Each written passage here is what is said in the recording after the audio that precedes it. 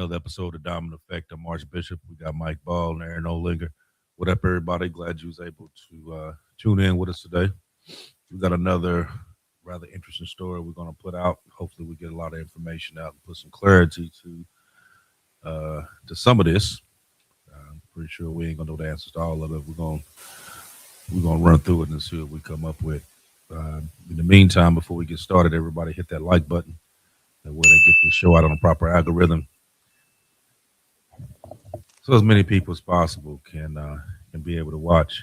Um, we're gonna say this ahead of time because it's storming here in the south, and so there may be a couple little technical difficulties. I mean, hopefully we can make it through without them, but just in case, you already know what's going on. Um, so we're gonna shoot it, play it at the hip, and see what it do. Um, Imagine waking up tomorrow morning and turning on your water faucet and discovering that the people responsible for your city water system can no longer control their own equipment. None of the pumps are responding. The computer passcodes are not working. Water pressure is dropping. The operators cannot even see what's going on inside the system. And sometimes, possibly thousands of miles away, an unknown person or persons is controlling the machinery that supplies water to your community. That's not a movie plot. This is part of an ongoing national cybersecurity investigation. So, since July 27th, water and wastewater facilities in at least 7 states, now we know that it's up to 12 states now, is being investigated by the FBI. Federal authorities have said that some of these attacks degraded water operations. Hackers changed passcodes, internet addresses, took away operators' ability to monitor the equipment, and in some cases, interfered with the physical operation of the water facilities itself. Now, in Minnesota alone, more than 30 systems was targeted. 9 systems reported in Michigan, and other systems experienced pressure loss, flooding, boil water notices have been put out for periods of time. And also, they had to run a lot of these stations by manual operation. But the federal government has not publicly identified these affected states for some reason, not all of them. Um, and it's not identified as to what particular cities they were as well. Now you have Iranian affiliated hackers under suspicion because federal agencies previously warned that they were targeting same types of industrial controllers used in American water facilities. But that suspicion, like I said, that's just what it is right now. It's just suspicion. It's not actual proof. So tonight, we're not investigating one cyber attack in Minnesota. We're investigating a coordinated threat against water infrastructure across the United States. And what we're asking is someone merely testing America's defenses, or are they preparing for something much more than what we got going on right now? Um, so we're going to talk about first what happened in Minnesota and also in Michigan. Um, so, as I said before, more than 30 community water systems were targeted during a coordinated activity back July 26th and the 27th. Damn, on my birthday. Um, the most confirmed incidents involved technology used to remotely monitor and control um, the overall water equipment itself. The different, you know how they have it broke off between the wastewater and your fresh water. Those pumps and those auxiliary tanks and all that stuff was affected. Um, but being classified as um, affected did not mean that every community lost water. Every community didn't lose water. It meant that those investigators confirmed that there was a lot of malicious activity going on in that particular facility's technology. So what it did was it cut off certain parts of the facility to where it wasn't able to push out water. Some areas were still able to get water, but a whole lot of them wasn't. And they basically just shut them down for the most part. So over in Brown, Minnesota, um, that's a community probably about 15, anywhere between 15 and 1,700 people. Um, their water system went offline, and the residents had to just basically, if you had reserves somewhere, use them because they didn't have anything. Um, and the officials there had determined that the attackers had shut down the operation controls connected to the city well and also to the water treatment plant. So they hit both spots. And for several days, that community depended solely on water that they already had. If somebody had water stored, um, taking water out of their hot water heaters and stuff like that to be able to use, but they did not have any water whatsoever. Um, Unless they were running, of course, everybody gonna run to the store and buy all the water that you can buy. But I mean, that's only a small supply that you're gonna be able to get. And after then, they was kind of fending for themselves for a couple of days. Now over in Plymouth, Minnesota, that was a much larger city, and it did the same thing there. Shut down, shut their whole infrastructure down. They didn't have they didn't have nothing. I mean, like it shut it down to the point that how still when you have water, you still have water that's in the pipes, so you still able to pull. I mean, what extra water that it What was. little, right? Right. It dropped the pressure down so low that you couldn't even pull that. Damn. So that water just sat in the pipes. It couldn't do anything. It wasn't even enough pressure to push it even through the pipes. It completely shut it down. Now Michigan subsequently reported related activity involving non-water systems, and their state officials said that the activity was consistent with the federal agency's description of an actual cybersecurity incident. Now, Michigan reported that all 9 facilities continued to operate, but they had to do it manually. And that was for all 9 facilities. So basically, anything that was used as a remote, or anything that was used that you had to use the actual computers to check out the actual rates and all of that was shut down. They couldn't do nothing. The only thing that they could do in order to keep those running was to manually make them work. So we've talked about um, hackers and cybersecurity. We've talked about that a lot in the past months, and just dealing with this water. You had Minnesota and Michigan. You also had the same thing that happened in parts of Georgia, South Dakota, uh, California, Pennsylvania, Wisconsin, and New Jersey. And there's still a couple more that they haven't released yet. But they say that it is 12 in total. Mhm. That's in that this has happened to. Now, like I said before, we've talked about this numerous times, and we've talked about the main culprits. It's usually Iran, Russia, and China. It's usually those three that's on a daily basis trying to hack into these systems, whether it's water treatment, also power grid, um, 911 Don't systems. The list goes on. don't leave out North So, Korea. North Korea doing it too. yeah, yeah. But you hear, yeah, that is true. That is true. But you hear about them 3 main culprits the most out of out of all this, and then being the fact that we do have this ongoing thing with Iran. Of course, it's the first. What I mean, it's the first one that they're going after and say, yeah, it's probably Iran that did it. Mind you, it could have not been them. It could have been China. It could have been Russia. It could have been North Korea, like you just said, Mike. Um, but this is something that everybody needs to pay attention to, because being the fact that it just happened, like I said, it started out with 7 states, went from 7 to 12. Next time it could be a whole lot more. It could be 15. It could be 20. It can be 25 states. You know what I mean? You don't know.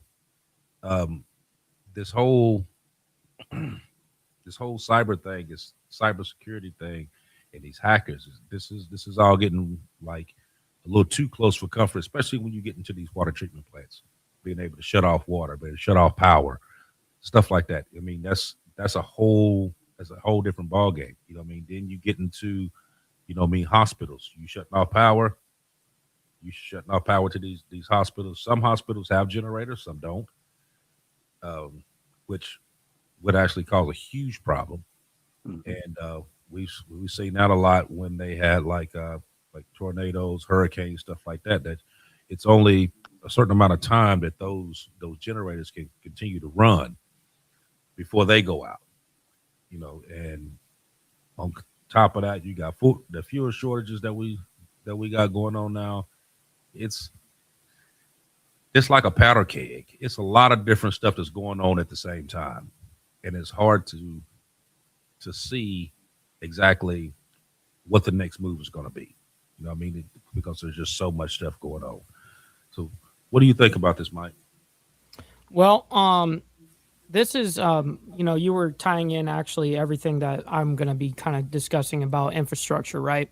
So instead, we're talking about something that could impact every American without a single shot ever being fired, right? Mhm. America's critical infrastructure, water, power, fuel, hospitals, transportation, communications. These are the systems that we depend on every single day, yet most of us rarely think about them until they stop working. And so let me ask you a question. If someone wanted to hurt the United States without invading it, where would they strike first? Would they attack a military base? Or would they target the systems that millions of Americans rely on every day? That's exactly what we're discussing right now. When people Hmm. hear the phrase, quote, critical infrastructure, it sounds like government jargon, but it's actually pretty simple. Critical infrastructure is everything that keeps society functioning. When you flip on a light switch, when you pump gas, when you turn on your faucet, when an ambulance responds to an emergency, when a hospital performs surgery, those systems all depend on infrastructure that is increasingly connected through technology. And because they're connected, they can also become targets. Over the last several weeks, federal agencies have warned about increased cyber activity directed at parts of America's critical infrastructure, particularly water and wastewater systems. Multiple water utilities have reported cyber incidents, and federal agencies have issued joint advisories urging operators to strengthen their cybersecurity. It is important to understand something, though. There is no evidence that America's drinking water has been contaminated through these recent incidences. The concern isn't poisoned water. The concern is disruption.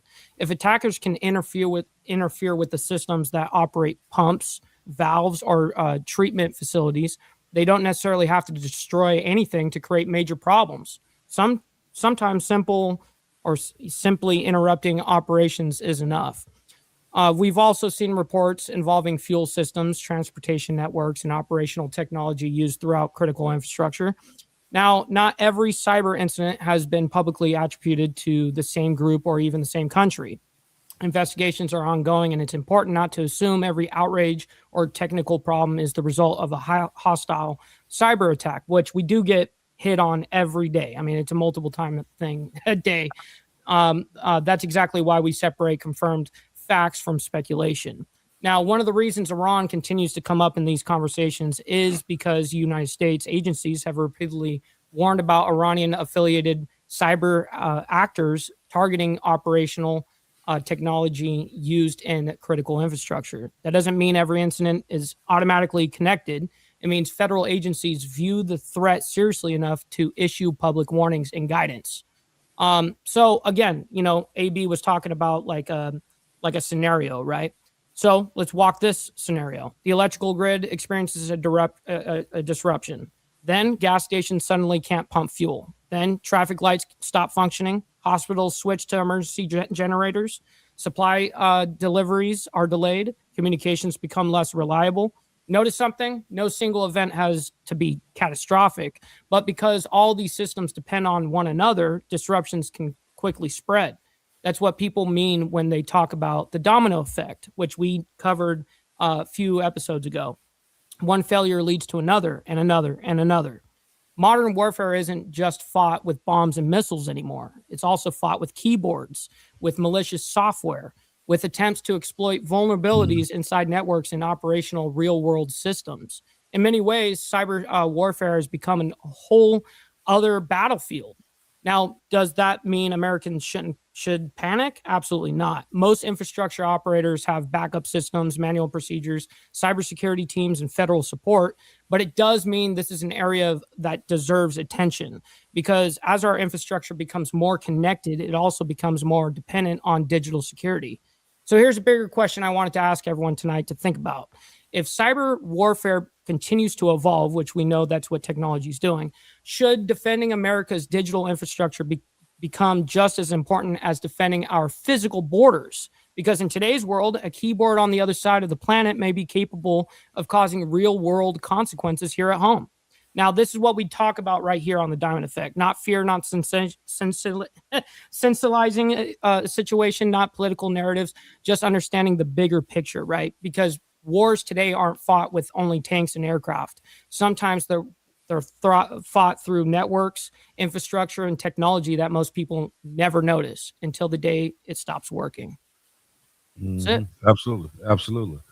Now, just in the past few months, like in May, for instance, they gained access to equipment that monitor the underground fuel storage tanks in gas stations in multiple states. You didn't hear anybody talk about that. Right. You didn't hear not one news network bring that up. That's what happened.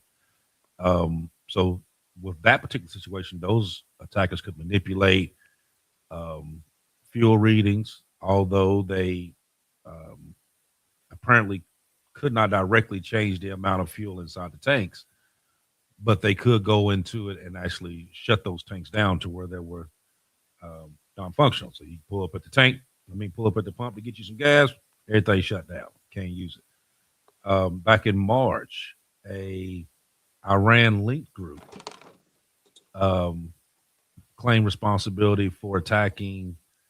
Um, what is the name of that group? Stryker, and that's a major American medical device manufacturer. Um, and that disruption, they just basically went through just like they have been doing. They hack into the system, hold it hostage, basically, and you say, okay, you give me so many millions in Bitcoin or whatever, we're gonna free the information, which that company ended up doing. Um, they've also had transportation systems that was targeted over in Los Angeles County with their Metropolitan Transportation Authority. That was 2 months ago, and so the list goes on. You know what I mean? Like we talked about before how these hackers even got into Microsoft and got all the way down to the source code to where they were able to hold it hostage. And one of the conversations that we had at that point was if you were able to get that far into that coding to where you got down to the source code to hold it hostage, what was stopping you from actually putting something in there to where you could go back again and do the same thing? What's actually stopping that? You know what I mean? And a lot of these companies now are resorting over to everything being digital paperwork. And we're coming to the age now where they're talking about uh, digital facial recognition, CBDCs, and all this different stuff, putting your driver's license um, on computers, putting your medical history um, on these different apps and all this other stuff. It's like It's a very, social very score. right. It's very, very easy for these hackers to jump in and basically take everything. You know what I mean? But it seems like you would think, though, being the fact that this is the way technology is actually going, that you would put some kind of or come up with some kind of strongholds that would prevent that from happening. You know what I mean? So if you have that great of a risk of people's identities, bank account numbers, driver's license numbers, social security numbers, all this stuff that could easily be hacked and taken and used. that number one, you wouldn't want to keep putting these implements in place to be able to put more information in them, and two, come up with some other kind of technology to where it can't be broken into. You know what I mean? But anything dealing with technology, if you make a way for it to work, then you make a way for it not to work, how to get into it. You know what I mean? And these people get a lot of these people just sit on a damn computer in their basement and shit and hack into shit all day. You know what I mean? And it's surprising how much stuff that they're able to actually get. You know what I mean? Like I put like a VPN on all my stuff to try to block everything out. You know what I mean? Send my IP address all over the place. Like they don't know where the hell I'm at. But one thing it has on there is a thing where it scans to see if there was any kind of data breaches that you may be involved in. And before I started using this VPN, I had like 9 different data breaches that it pulled up that I was involved in, that my information was given out. You know what I mean?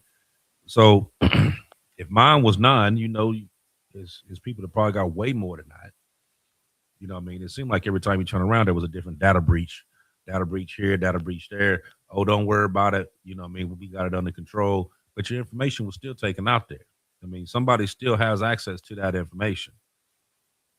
On a side note, real quick, I just wanted to point out regarding that whole VPN thing. I think that might have been the reason why when you created your YouTube account that they thought you were from Russia.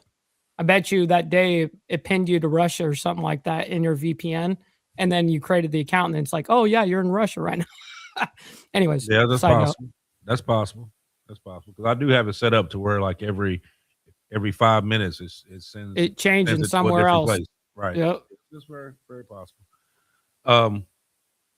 Now on July 22nd, there was a joint warning from the FBI, CISA, and NSA, Department of Energy, and U.S. Cyber Command that says that Iranian hackers had been exploiting internet connections and had also was getting involved with the energy providers and also trying to tap into government services as well. And some unnamed victims, which they still haven't disclosed, experienced operation disruptions and financial losses. In one case, hackers reportedly changed programming inside the industrial controller to disable critical shutdown and alarm functions, potentially allowing equipment to enter unsafe conditions. And some of this equipment that they were not able to monitor actually like got to a certain point heat wise and blew. But they still haven't said exactly whether they got to the bottom of that or not. But that was something that just happened here on the 22nd of July. Also on the 22nd, there was a transmission line that went down in Northern Virginia, causing numerous data centers to disconnect from the grid and switch to backup power. More than 3 gigawatts of demand suddenly disappeared. About 3% of the electricity demand on the PJM system at that particular moment.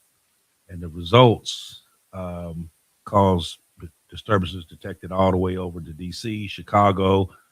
Some customers reported flickering lights, appliances making unusual noises. The system took probably 15, 20 minutes to actually stabilize. But it was actually compromised.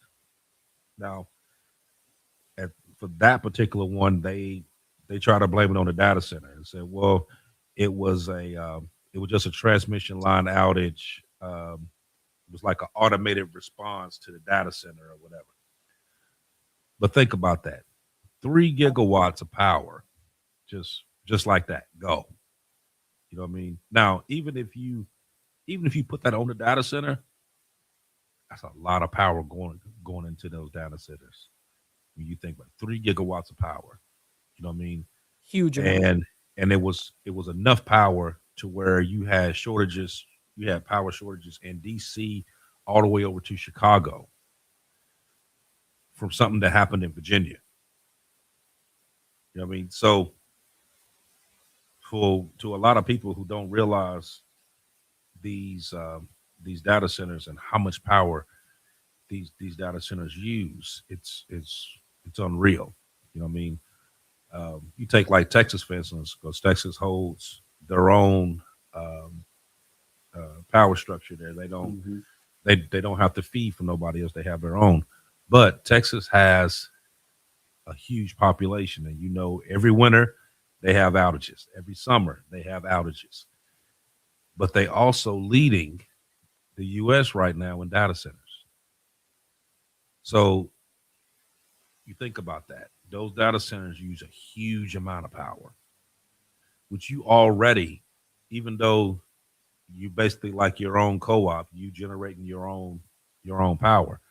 But you have all these data centers here now too that's also pulling that power. Eventually, you're gonna have a blackout. It's gonna happen because the your actual infrastructure that you're using, a lot of this on this actual power grid, a lot of the infrastructure is still dated back to the 70s and 80s. You know what I mean? This whole power grid has not been formally like fixed to make it more, you know, 2000s. It's Yeah, they still add to it. The right. bones though, the bones were from 60s, 70s, and then into the 80s, and then they just add things to it. But the bones are still the original. Exactly. So you add into the extra, but then you also got to think, where are you getting these big semiconductors from? Where are you getting the transformers from? You, where are you getting all of your major computer components for the power grid? Where are you getting them from? China. That's where you're getting them from. So, do you not think that if you built it, then you know how to get into it, right? I mean, that's kind of pretty common sense, right? If I Of make course. something, then I know how to get into it. You know what I Right. mean? Just like anything, just like any app you make.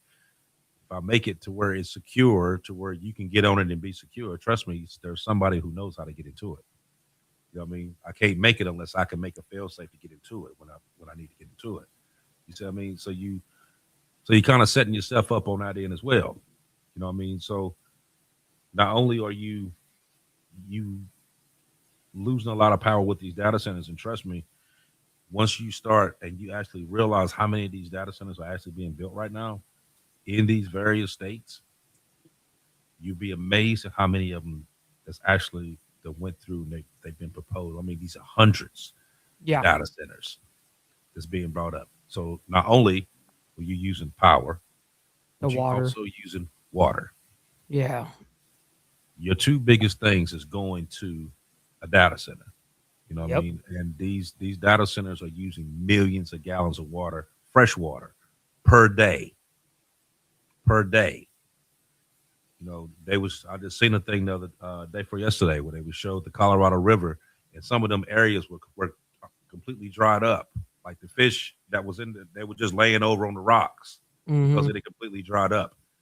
You have these hydroelectric dams that's over in Nevada and Utah that's talking about that they may have to close by December because of the water being so low that they're not going to be able to produce electricity at that point. Which that whole area there, that whole grid area there that they supply power to would no longer be able to have power there for a data center. You know what I mean? El Paso, several areas over in Texas, rivers dried up, lakes are drying up. You know what I mean? Due to these data centers. You know what I mean? And you you hear a lot of times you hear these politicians talk about these data centers and how wonderful these data centers are going to be, and it's bringing jobs into the area, putting these data centers. Very temporary jobs, by the way. Right, right. You having a job building the building, but after then, that's it. You know what I mean? But when your electric bill shoots up to the ceiling because you're paying more because the energy company has to produce more power because it's going to a data center. Do you think they're paying that? No, you're paying that. Plus, they sucking down all your fresh water. You know what I mean? To for eventually, if you sucking up millions of gallons of water a day, eventually you run out. Of course. Fresh water, fresh water is going to be very scarce here soon if we keep letting these data centers keep rolling like they doing. I mean, somebody has to do something. You know what I mean? Now, they just, I mean, they can sit here and talk about this technology age and the glorious uh, things that these data centers can do. And you know, what I mean, you think about it. Every time you go on Chat GPT and have them to print one of them stupid ass pictures of yourself, think about it. Every time you actually do that picture, it use 5 gallons of water to give you that I was picture. about to say, yeah, you just guzzled up like 5 gallons of water, no problem. Right, right. So you just gave away 5 gallons of water for it to do that. So um, so think about that. You know what I mean? Not to mention some of these states that use well water and stuff like that are finding a lot of contamination in the water, like over West Virginia, uh, the northern part of Virginia, facing water shortages because a lot of those areas there use well water that's been contaminated. Um, this is going to be water is going to end up being like the new gold in a couple years, Hmm. simply because of the way they're overdoing these data centers and using all this fresh water. You know, you would think that if they wanted to put these massive data centers like that, they would find another way to cool them down. I heard that there's one that's in Texas that they're getting ready to build. It's actually 5 miles long. Can you imagine how much water and electricity is being used in that place? You know what I mean? Especially on an infrastructure that's already weak because you have shortages every winter and every summer. So expect blackouts. Expect it. It's going to happen. And it's going to happen all the way around this country because the more they keep building it, the more they keep sucking this power, especially when you're using an old infrastructure that was never upgraded fully, you're going to have these problems. You know what I mean? And it's not going to take too much longer before you have Iran, China, Russia, North Korea to be able to tap into it. I mean, you're giving way too many options to be able to do it. You know what I mean? And we're at a point right now that you really can't afford to lose too much more than what's going on right now. So, but you've been quiet, Aaron. Yeah. What you got, I, bro? I was waiting on my chance to jump in. My Uh, bad, brother. We was okay. we just got I to know jumping on that. that man and it got the flowing. But go I ahead. know. And it was good too. I know that the CSA and the FBI is saying that there's no positive proof that it was Iran. I say it was Iran or their proxies. I mean, for those who don't know, I'm retired, so I can stay up all night and watch overseas news services. And I saw where they were reporting that it was Iran. If it wasn't Iran, it was their proxies doing it, which you might as well say is Iran because they take their orders from Iran. In fact, Iran made a threat. First, we started being attacked, like you said, Bishop, on Wednesday. From Wednesday to Friday, different states were being hit. Then Friday night, when I was up all night, Iran made an announcement and they made a threat to Trump as well. And basically, they said that if we went through with whatever major attack we were getting ready to do this weekend with the Israelis, that they were going to shut down our water and shut down our power grid. Now, I'll show you two of the photos that I picked up on those reports. Mike, give me picture number 2, please. Looking for it. Hold on. Number 2. Hey, Here it is. yeah. Now, what you see there is different motels in Dubai and different places that Trump owns. When they made their announcement, they said that they're going to start targeting those and bring those properties down that he owns personally. It was going to destroy them. And then, Mike, give me picture number 1, please. All right. Here it is. Upon Trump hearing what he heard, he called off the attack this weekend. And he also asked the Israelis to halt attacking their energy infrastructure, which is their power stations and stuff. And the Israelis were pissed. I mean, I saw their news reports and they were highly upset that they had to stop. And, for that reason, I say it's definitely because first we're being attacked. Then Iran makes the announcement that that was a shot across the bow, that things would get much worse if we go through with this attack. They threatened his motels as well. And Trump had to ask the Israelis to stand down, and they stood down our forces. So if they didn't believe that was a credible threat, they never would have done that. And to me, Mike, if you don't mind, give me picture number 4, please. Gotcha. What I want to explain here is this for what's going to happen the first 24 hours if the power grid goes down. I'm only doing it because Iran definitely threatened our power grid as well as our water. Okay, you can expect your cell towers. They're only going to last 48 hours after they're attacked with the battery backups. Your calls are basically, your phones are going to fail before your lights do. And then, but you can still get texts through in the event that you can't get voice phone calls through. Then at the stores, the card readers, if you're going to need to use your credit cards to run out the last minute and buy supplies, those are going to die first. The registers will fail long before the stores run out of food. It's going to be cash only within the first hour. So if you don't have cash in your hand, your cards, your checks are going to be worthless.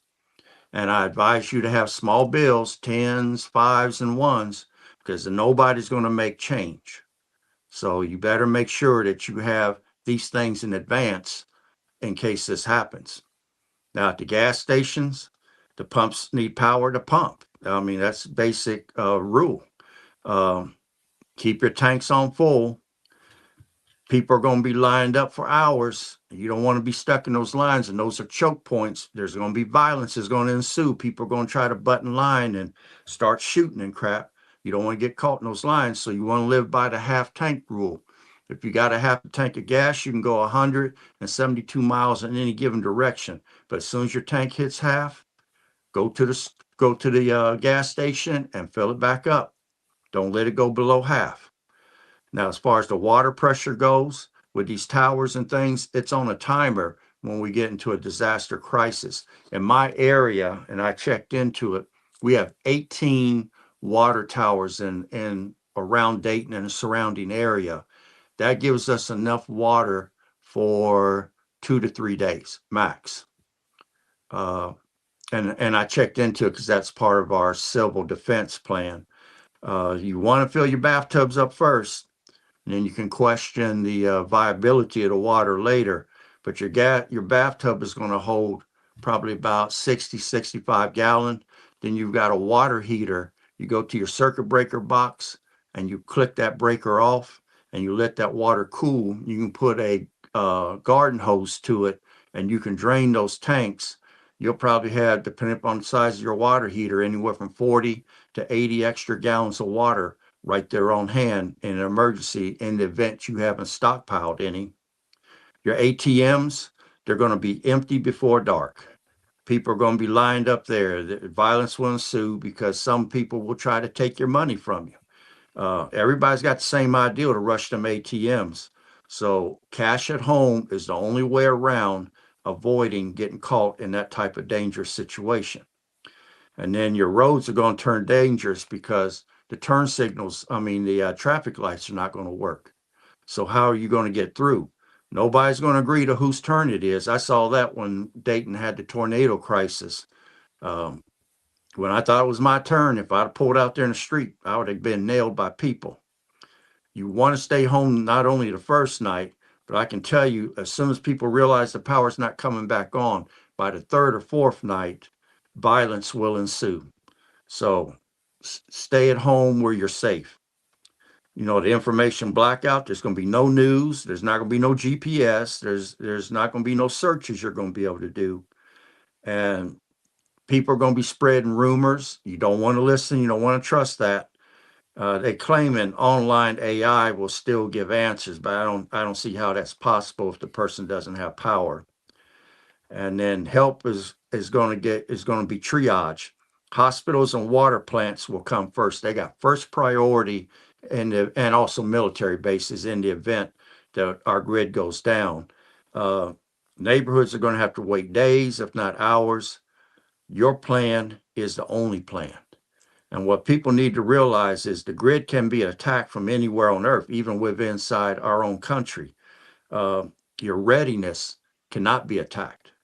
So if you see this coming, if you're prepared, you should be okay to make it through this situation. But this war is going to escalate even further. For those that don't know, UAE this weekend, I was up all night on Friday, Saturday, Sunday, and Monday. UAE froze the Iranian money.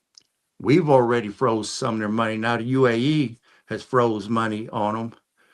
And I'm sure Iran's going to be pissed about that because they didn't like the idea that we took their money. Now UAE's taking their money. People need to get out in front of this, see it coming, prepare, and then when it happens, you're going to thrive through this situation. And you want to have enough inventory on hand that you can last a certain number of days, or if not 4 to 6 weeks. 10 to 15 cases of water guarantees you enough drinking water for a family of 5 for 6 weeks. So, and at the end of 6 weeks, you can look at your situation and you can decide, is it worth sheltering in place, staying in the house you're in, or should you go to a relative's house? There is safety in numbers because things will get violent over here within 4 days. And you have to wonder, can you make it there safely, or can relatives make it to you safely if they wait that long? So this is important to get out in front of. Back when we first talked about this about a year and a half ago, people thought we were conspiracy theorists. Now we're living in the reality of it. So Mhm. get out in front of this and make sure that you don't suffer. And I'll stop there for right now. Yeah, you are right about that, Aaron. When we was talking, I remember we spoke about this several times. I don't know what happened to him. He popped up. Yeah, he couldn't hear me or hear But- you. Yeah. Oh, well, we spoke about this several times as to um, what's going to happen, what could happen, what was the possibilities for it happening. And back then, it was that's when they were like first starting to do this, you know, and we were talking about exactly what could actually happen if this took place. No kidding. And now, like I said, a lot of the stuff that we ended up talking about has now come into fruition. So it seems like a lot of these shows that we're doing right now are kind of repeat of something that we had previously said year and a half, 2 years ago, as to what was coming. Aaron, I do have a question for you though. Yeah. So why do you think they keep all this stuff a secret? Like you said, like the stuff that I just named off about what happened in LA. We're talking about that the hackers for the medical and the clinical infrastructure stuff like that. Why do you think that they keep that such a secret? Wouldn't you think that would be something that they would want to tell people so that way you could actually take it and be prepared if something happened? Well, like right now, because it's felt that we're going to fight Japan next year. I mean, not Japan, but China. And Russia is going to side with China because they have a mutual defense treaty signed with each other. The nation itself is doing what they call nuclear prepping. The government needs time to prep. So they're going to downplay a situation until they have their stuff. And then once they get everything they need, then they'll probably admit some things to the public, but we'll probably be already going through some stuff by that point. But like in my area right now, I posted on my Facebook page where Wright-Patterson Air Force Base announced an upcoming combat readiness inspection exercise that's going to go from August the 10th through the 14th. And they want to make sure that they're threat ready, that they can handle crisis in different areas and put down threats. So when they said put down threats, I'm like, Oh, you're expecting uh, violence in our streets. You're expecting terrorist activity in the streets if you got to put down local threats. So they're getting their stuff together. And anytime you see the government and the military prepping, I hope people have common enough sense to realize you better be doing the same thing. I'll stop there. Well, we already talked about before that the prices that you're seeing right now are going to change here real soon, Mhm. especially once these crop yields come through, and also if that strait is not reopened the way it's supposed to be, True. because now you're not just dealing with the strait, you're Right. dealing with two different fronts that could be shut down, Mm-hmm. which would also, raise the prices for all of that. Um, a lot of this stuff you're not going to be able to get, um, which is going to cause the prices to raise even more. But then too, like Aaron, you was talking about earlier before we um, started on the show. One of our biggest debt holders to this debt is Japan. For U.S. And debt. right, right to U.S. debt is Japan. And the other day, they had a major crash and lost, what was it? What was it? Was it 30 trillion? 30 trillion yen? Yeah. Yeah. Okay. That's So an insane amount. yeah, that's like equivalent to like 200 billion US dollars. But when you hear 30 trillion anything, that's a lot. You know, Yeah. uh to the point that they had to start selling off US Treasury bonds. Mhm. Um a lot of people really don't understand exactly what that means and what happens when Japan, who's number one, followed by China, and number two, and they've been. Well, I mean, I know China for sure has been drastically selling off their bonds. They've been drastically selling off U.S. debt for well over a year and a half now, because they were number one at one point. Now you have Japan that's taken a loss, and before they take a financial loss to the point that they drop into a depression, of course they got to get rid of this stuff too. Um, I know that you had some stuff dealing with that, so I'm gonna let you kind of explain to everybody exactly what's going on with that. Yeah. People need to understand one thing. Japan was the largest creditor to nations in the world, especially the Western nations. Um, on Friday, the bank declared an Article 589 and started dumping U.S. treasuries. They dumped over $1 trillion in treasuries.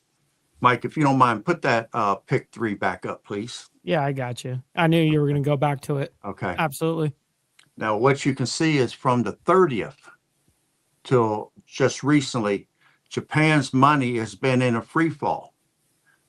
The Federal Reserve on Friday had to step in and spend $53 billion to match China's 73.6 billion to try to save Japan's money. It wasn't China's money; it was Japan's 73.6 billion. So we had to buy their debt and buy the yen basically. Yeah. Crazy. Yeah, he clicked off. He clicked off, didn't he? Oh, no, I think he got a phone call. That's what happened. Look. Yeah. So real quick, Mr. Al Patterson, thank you very much for the gifted membership, by the way. Very much appreciate you for helping out over here, man. Yeah, I don't think. I don't think people really realize the ramifications of what could happen if Yes. if they sell. Oh, it'd be huge. Actually, right. Okay. If China, Japan, and all of them decide to sell at the same time, Mm-hmm. that what all could actually come about with that. You know what I mean? Well, That look could what cause happened. huge That problems on what- this end. when our nation went through that ourselves during the Great Depression. I mean, look at that. alone. That's just on a national scale kind of thing. Imagine now what it would be on an international front. Mhm. But as I started to say, we spent 53 billion on Friday to try to save their money, and we're going to have to spend even more because right now inflation in Japan is being driven by the oil prices, and Japan is literally running out of oil. And the next move for the yen, it means everything's going to be higher. Now, why is that important to the United States? For 30 years, Japan interest rates on the money they was lending was at zero rate. So you could go to Japan, you could borrow millions of dollars, enter it into the US markets, into the stock markets and things, and make clean profit. And you just pay back even money. But what people don't realize right now, all these big fund managers and stuff, all the 401ks and our stock markets are built upon borrowed Japanese money. They pull their money out, our whole system collapses. It's terrible right now. And that money is being asked to come back home in the form of Japanese dumping US treasuries. Now, this move here is going to affect billions of people. Japan's stock market, like I said, they lost $30 trillion just last week, in a week alone. And one of their leaders said that the measures being prepared by the Bank of Japan will affect the lives of billions of people. To the people of the Western countries, I offer my deepest apologies. This is not a personal matter. May God's blessings be upon you. This war, and me and Bishop has talked about this because I wondered, is this the trigger that creates the global depression and brings us to the digital currency, digital ID, and social credit score? Right now, where we talked on this show about the Federal Reserve, damned if you do, damned if you don't, on raising interest rates or lowering interest rates right now, Japan has to make a decision. Do they save their bond market or do they save their money, their currency? So if they save their bond market, their people are going to get poorer. Inflation is going to eat up savings, and the money will keep collapsing. So they're going to constantly need influxes of money from us and Western nations to try to keep them afloat. If they decide to save the money, which they're going to need at least 7.6 trillion, the banks are going to start bleeding losses. They're operating at negative 200% GDP, and the banks are going to have to start eating interest rates on that negative 200% GDP. So no matter which way they go on this, they're going to suffer. And then the rest of the world is going to start suffering. They collapse, and seeing that their money is tied into all the Western nations, stock markets, 401ks, other investments, bond markets, treasuries. If they go under, they're dragging everybody else with them. Real quick, I got to Go give ahead. us Sorry. couple shout outs here. Housekeeping over here. We got Evil Rick coming in with the 5 gifted memberships. Yo, that's humongous. Thank you for that. Not only helping us over here, but 5 others in the Insane Wheels family. Appreciate that. And also, we got a raid from Biker News Canada, by the way. Bob up there in Canada, we very much appreciate you and your support to us. Thank you for that. And Bishop, let me show one other thing. Mike, give me picture 5, please. Sure. Gotcha. Here we go.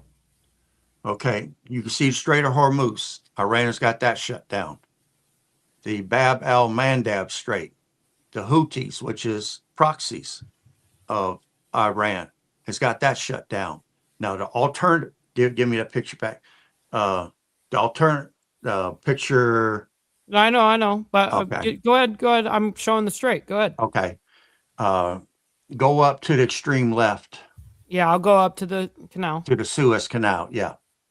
Where the Suez Canal is, 2 boats were hit there recently by drones. So if the Suez Canal, which was the alternative route to ship oil to keep from going down toward the Houthis to get it into the Mediterranean and get it to the European countries, if that area is in range of the drones, it's definitely in range of the missiles. and that Suez Canal is controlled by Egypt.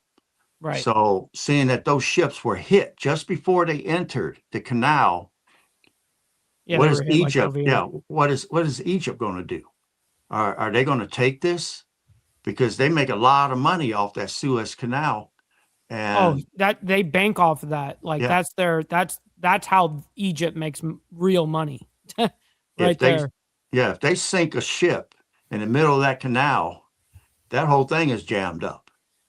But it's definitely within range. If it's in range of the drones, it's in range of the missiles. So they've actually got two straits and one canal totally sold up right now. And again, they don't have to win battles. All they have to do is be able to threaten it to get everything shut down. Yes, that's very true. All they And have to do is threaten it. seeing that oil equals energy and the world runs on energy, how much longer can the world take this before we end up into World War III? But And real quick, I'm gonna stop you there. you were talking about how the Mediterranean Sea, that's where the Suez Canal goes out to, on the north part, right? Right, That's going into particular. That's where basically the world is doing their exchange with Europe, right? And right. throughout the rest of the world, that Suez Canal is vital for shipping, and I will bring up here in a minute. I'm going to have to grab it, but the actual live AIS again, just showing the amount of traffic that goes up into Europe. I mean, every single moment is insane. And let me say this: why do we care about this? Because one, it's going to add weeks of transit time to cargo and oil coming to us. It's going to drive up the cost of insurance, and then it's going to create higher freight costs, and it's going to drive up global oil prices, which is again is energy. So people need to understand what's going on over in the Middle East directly affects us.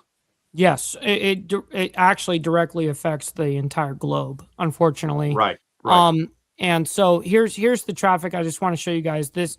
Now we do have a small naval blockade that's happening currently as we're talking right now on this strait at the Al Manab Strait, but only towards Saudi flagged ships right now. Anything going in and out of Saudi is the naval blockade that we're seeing right now. And right now, as you guys can see, normal traffic is going through. That's obviously not Saudi. And you can see a whole bunch of Saudi stuff that's just sitting there. To see how it's like they're waiting to move. They're blockaded right now. But nonetheless, the white part is the ocean, just so you guys know. But like you guys can see that this is the transit that goes all throughout the rest of Europe, and the way that the world trades, it's huge. Anyways. Right. So you know that if you had a blockage on those 2 points, and then you Yes. also hitting the Suez Canal, you basically shutting it down on 3 different points, which means Yes. ain't nothing getting in, ain't nothing getting out of there. You know what I mean?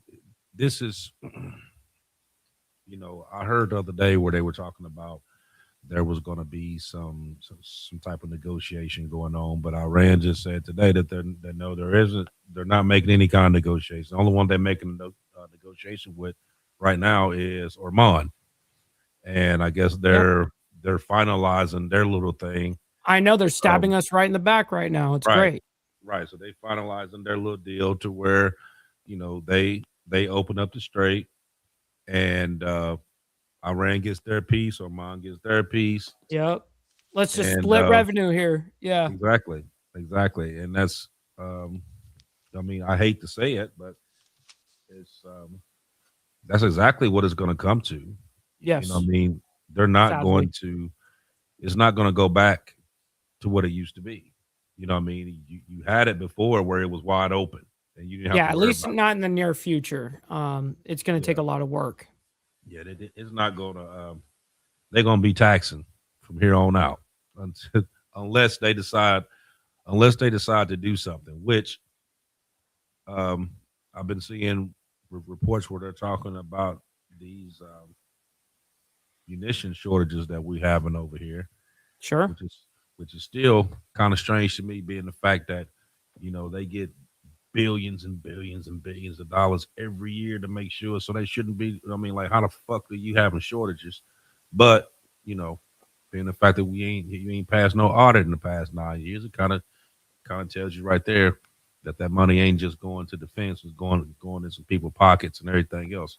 So it damn sure ain't going to defense because you wouldn't be short if it was. And then you steady adding to it. You know what I mean? But Aaron, I got one quick question for you, bro. When you was talking about that the U.S. was basically bailing out Japan, and I didn't hear whether you gave an actual amount that they gave them. We gave them 53 billion on Friday, and the next influx of cash is going to have to be higher because Wait, their money's falling too fast. who's this in between? What countries? Us and Uh, who? Japan, we're bailing out their Oh, money. in Japan. Yeah. Yeah. Yeah. Yeah, we gave them 53 billion, and they matched us with 73.6 billion to support their money. They the Federal Reserve is the buyer of last resort in the United States. If we can't sell our debt, the Federal Reserve will buy it. The Bank of Japan is the buyer of last resort in Japan. If they cannot sell that debt to nobody, then the Bank of Japan has to buy it. So they came up with 73.6 billion. We came up with 53 billion, and it wasn't enough.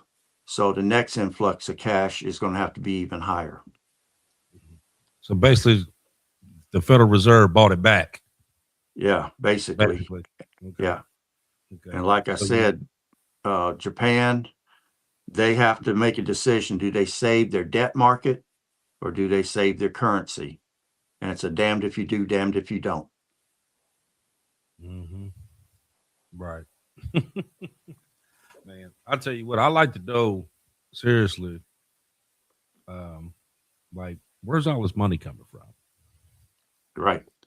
They're When you printing say it. that we don't have money for this and we can't buy this, we can't afford this, and we can't do this, but you seem to always have money when you want it. You see what I'm saying? Like, if it's something that you want to do, then you make sure that money's there. But when it's, other stuff that's going around, like, let's say Medicaid, Medicare, and let's Social Security, and health programs, and school programs and stuff like that, I was like, oh, we don't got money for that. But you find money for what you want to find it for. You know what I mean? Mm-hmm. When paying to gold paint fucking statues and pools, and making helicopter pads that you dig up and redo it, and you coming up with 14 million here and 20 million here and 5 million here and 53 billion right here. Not to count the what was it, the 37 billion that Defense Department just asked for on top of the 97. On top of that, with a 1.5 at the end of the year, like, where the fuck is this money coming from?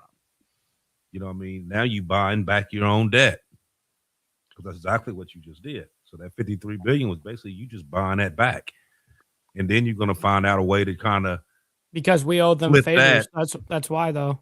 Right, but then you find a way to flip that to where you don't owe it no more. Like, you kind of just write it off. Mm-hmm. Well, see, Federal Reserve, they don't care. They'll run them printing presses because the American taxpayer is the one's going to take it on the chin. We're the ones running around with the bloody noses because every time they print money with nothing to back it, the inflation goes up on us. Everything costs more over here, and nobody seems to care. Exactly. True. Now, True. Now, on the inflation scale, we'll be sitting at 4% now. It's up there, yeah. Yeah. So we're sitting at 4%.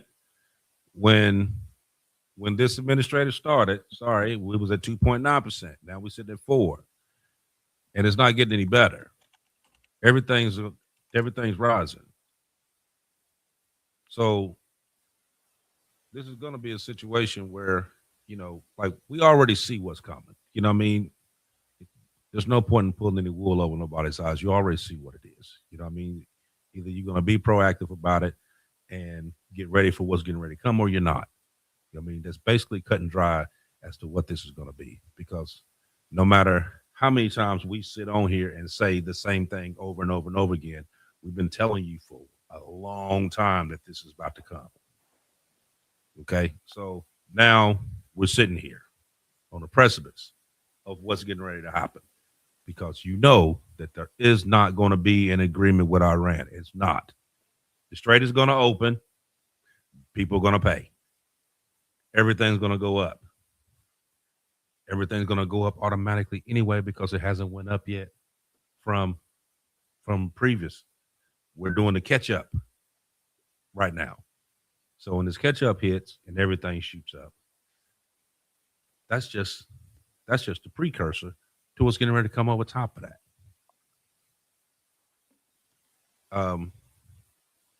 But you remember back at the beginning of the year, remember I said, watch out for March, July, November, them 3 months.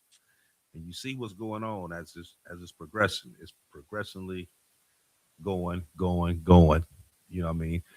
And I still strongly think that November is going to be it's going to be a whole shit show. It is for numerous things. Yes. Things. Yeah, but this is some stuff that we're going. Like I said, we continue to watch it. We continue to talk about it. You know what I mean?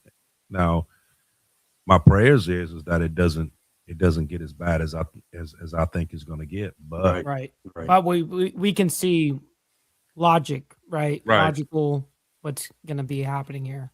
Right, but I'm not going to be stupid and tell you guys like, oh no, it's going to be just fine. Everything is just fine. We just need to wait a little bit, and everybody just hold tight. And it's all good. It's gonna be fine. Yeah. I'm not gonna lie to you because I'm not gonna lie to myself about that. Right. Where we sitting at 107s. Yeah. Aaron, do you want to go ahead and talk about your little thing right there? Sure. What do you want to do? Okay. What I'm about to talk about today is water filtration systems that are available on the market. There's many out there. I want to explain a major difference in them. You know, before I talked about these on the show. These are like the Life Straws, but different brand because the Life Straw has 1,000-gallon capacity. These have 1,800-gallon capacity. Put it up to your mouth, suck through the bottom, or if you stuck a bottle of water down in dirty water, this will screw onto the bottom, which the Life Straw doesn't have that feature. Yeah, I was about to say, I don't got that. That's cool. You can hold it up, squeeze in on the water bottle, and the water coming out will be purified. Now, this will take out Giardia. It takes out different pathogens that are in the water, keeps you from getting sick from drinking water that might have something floating in it. These are great to have. You can put a t-shirt, piece of stocking over the front if the water has a lot of particulates floating in it, and then suck the water up through, and that will pre-filter and keep the particulates out so it doesn't jam your filter up. That'll give you the full 1,800 gallons. But what this doesn't filter is viruses. So if someone then puts something in the water, or you see dead animals or something halfway floating in the water, this is not going to protect you from a virus that could be in the water. Now, this is a cheap system here. This will run about 120 gallons. It runs on a red line filter. Let me bring it up a little closer. As you can see, it's a hand pump design. It has a hose to it, and you just run the hose to your water source, and then you pump with your hands. And the red line filter will do 120 gallons before you have to switch it out. Now, what this will remove from the water is viruses, bacteria, crypto, and giardia. It reduces chlorine in water and chemicals. It improves the taste. So if there's a chemical aftertaste, or if the water looks real murky and things, then this will help improve the taste of it. To totally improve the taste, have you some Kool-Aid, country time lemonade or something on hand that you can put into the water, shake it up, and that'll make it more palatable. Damn, that's a pretty smart move. Yeah, if it's bad tasting. Yeah, I gotta admit.